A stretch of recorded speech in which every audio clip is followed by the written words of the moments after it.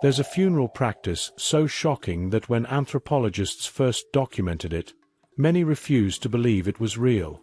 Among the Chewa people of Malawi, Zambia, and Mozambique, there existed a ritual that literally connected the living with the dead through the most intimate act humans share, eating together. But here's what you need to understand. What I'm about to share isn't happening today.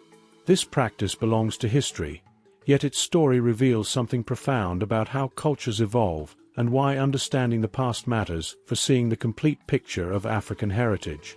Where are you watching from today? And how are you doing? Drop a comment below and let me know. When most people hear about the Chewa Festival of the Dead, they jump to conclusions. The internet is full of sensational articles and half-truths that treat this historical practice like a horror story. But here's the truth that changes everything. This practice did exist, but it wasn't what outsiders think. It wasn't about barbarism. It was about belief. The Chewa people's deep conviction that death was rarely natural, that witchcraft was often to blame, and that the entire community needed protection when one of their own passed away. In this video, I'm going to walk you through the real history of this practice, explain exactly what happened during these ancient funeral rituals, reveal why the Chewa believed this was necessary, and show you what replaced it in modern times.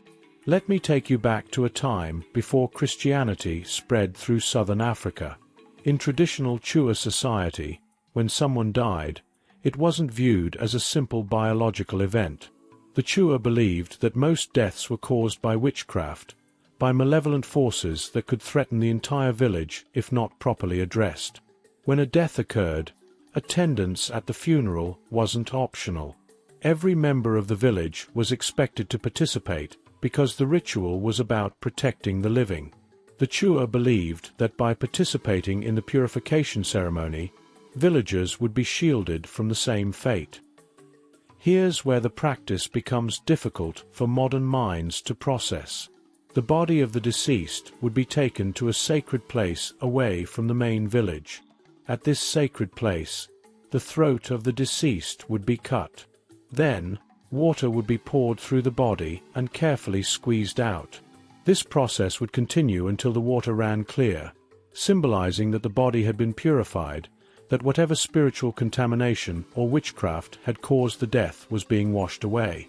But here's the part that truly shocks. This water was not discarded.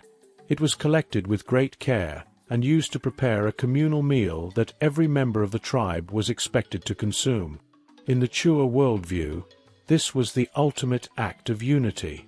By sharing this meal, the entire community was literally taking the deceased into themselves one final time. They were demonstrating that the boundary between the living and the dead was not absolute but permeable, connected by bonds stronger than death itself. What topic about African culture baffles you the most? Drop your suggestions in the comments below, and I'll make a video addressing the stories you want to hear. Now, from a modern medical perspective, this practice was dangerous.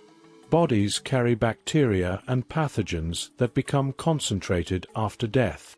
But the Chewa weren't ignorant. They were operating within a completely different framework. In their worldview, the spiritual danger of not performing the ritual was far greater than any physical danger. The threat of witchcraft spreading through the village was a real, tangible fear that shaped their actions. The corpse water meal wasn't the only component of Chewa funeral rites. It was part of a larger ceremony that included prayers, songs, and dances.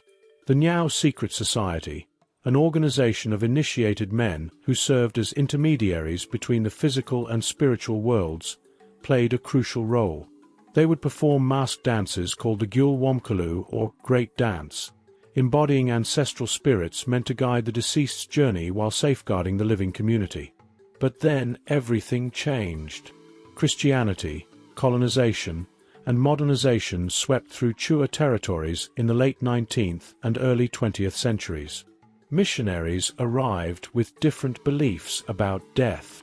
Colonial administrators introduced new health regulations. Western medicine began explaining disease through germs rather than witchcraft.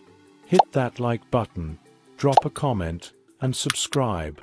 Your subscription is support for a young channel trying to preserve these cultural stories with accuracy and respect. It means the world to me. As Christianity spread, many Chewa people converted. The corpse water meal, which missionaries viewed as both dangerous and spiritually problematic, came under intense pressure. Church leaders preached against it. Colonial health officials banned it. And gradually, the practice faded away. By the mid-20th century, the corpse water meal had essentially disappeared. Urbanization accelerated this change. Public health education made people aware of the medical dangers. And a new generation grew up without ever witnessing the ritual their grandparents had considered essential. Today, if you attend a Chewa funeral, you won't see this practice. Modern Chewa funerals blend traditional elements with Christian prayers. But does this mean Chewa culture disappeared? Absolutely not. While the corpse water meal vanished, the deeper values it represented, community unity, ancestral reverence, spiritual connection, found new expressions. The most important is the annual Kulamba ceremony, which has become the centerpiece of modern Chewa cultural identity. Every year in late August, thousands of Chewa people gather at Mkaika in Zambia for the Kulamba ceremony. Chewa chiefs from Malawi, Mozambique, and Zambia come together to pay homage to their supreme ruler, Kalonga Gawa Undi. The Kulamba ceremony is everything the corpse water meal was meant to be, but transformed.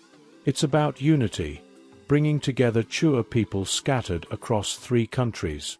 It's about ancestral reverence, honoring the spirits of those who came before. It's about cultural continuity, ensuring that Chewa traditions survive in a rapidly changing world. And at the heart of Kulamba is that same Gule Wamkulu. These masked dancers, who once appeared at funerals to guide the dead, now perform at Kulamba to celebrate Chewa heritage. In 2005, UNESCO recognized Gule Wamkulu as a masterpiece of the oral and intangible heritage of humanity. The very tradition that was suppressed during colonization has been globally recognized as a treasure worth preserving. What part of this story resonates with you most? Is it the shocking historical practice and the beliefs that supported it? Or is it the transformation of Chewa culture and how they maintained identity while adapting? Share in the comments what struck you most powerfully. The modern Kulamba ceremony demonstrates this beautiful blend of old and new. Traditional elements like the Gule Wamkulu dances sit alongside Christian prayers and contemporary speeches.